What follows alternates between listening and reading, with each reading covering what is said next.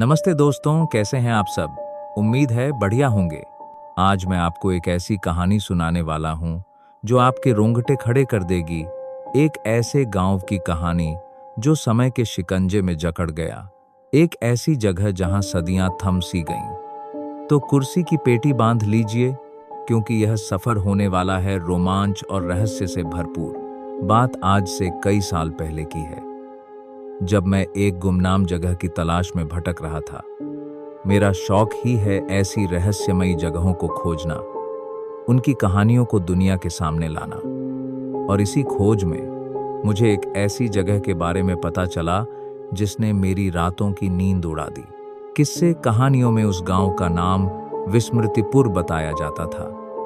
कहा जाता था कि यह गांव अचानक से दुनिया से कट गया, जैसे समय ने उसे अपनी गिरफ्त में ले लिया हो। जो भी उस गांव में गलती से चला जाता, वह कभी वापस नहीं आता। लोगों का मानना था कि उस गांव पर कोई भयानक श्राप है। मैंने इन कहानियों को सिर्फ अफवाह माना। एक खोजी होने के नाते मैं हर रहस्य की तह तक जाना चाहता था। इसलिए मैंने विस्मृतिपुर की यात्रा करने का फैसला किया। रास्ते बड़े मुश्किल थे। घने जंगल और ऊबड़ खाबड़ रास्ते मेरी परीक्षा ले रहे थे, लेकिन मेरे मन में उस रहस्य को जानने की तीव्र इच्छा थी।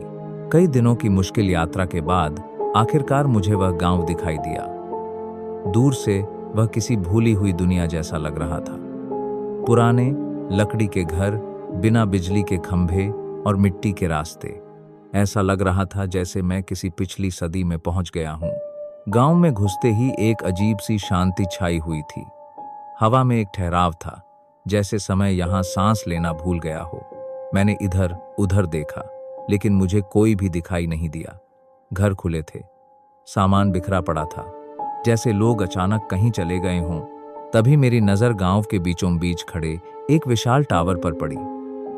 यह एक घड़ी का टावर था, जो बहुत पुराना और जर्जर लग रहा था। घड़ी की सुइयां एक ही जगह पर रुकी हुई थीं, ठीक 12:00 पर। यह देखकर मेरे मन में एक अजीब सी सिहरन दौड़ गई। क्या इस घड़ी का उस गांव के रहस्य से कोई संबंध था? मैंने गांव में घूमना शुरू किया। हर घर में झांका, हर गली में घूमा। हर तरफ एक अजीब वीरानगी थी।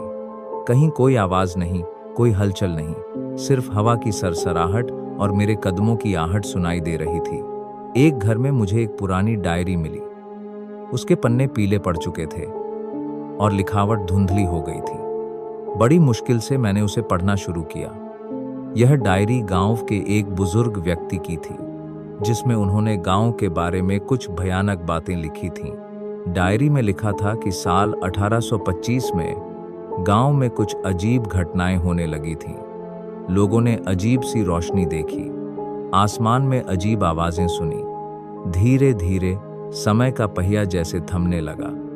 दिन और रात की अवधि बदलने लगी और लोगों को लगने लगा कि वे एक ही पल में कैद हो गए हैं। उस बुजुर्ग ने यह भी लिखा था कि गांव के कुछ लोगों ने उस घड़ी के टावर में जाकर उस रहस्य को सुलझाने की कोशिश की, लेकिन वे कभी वापस नहीं लौटे। और फिर एक दिन सब कुछ शांत हो गया। गांव ऐसे गायब हो गया जैसे कभी था ही नहीं। डायरी पढ़कर मेरे रोंगटे खड़े हो गए। क्या सच में यह गांव समय के बंधन में फंस गया था? क्या वह घड़ी का टावर ही इस सब का कारण था? तभी मेरी नजर डायरी के आखिरी पन्ने पर पड़ी। वहां एक चेतावनी लिखी हुई थी, जो भी इस गांव में आएगा वह भी इस समय के बंधन में फंस जाएगा। यह पढ़कर मैं डर गया। क्या मैं भी अब इस गांव का हिस्सा बन जाऊंगा? क्या मैं भी कभी यहां से वापस नहीं जा पाऊंगा? मैंने तुरंत गांव से निकलने का फैसला किया। मैं तेजी से उस रास्ते की ओर भागा जिससे मैं आया था। पीछे मुड़कर देखने की भी हिम्मत नहीं हुई।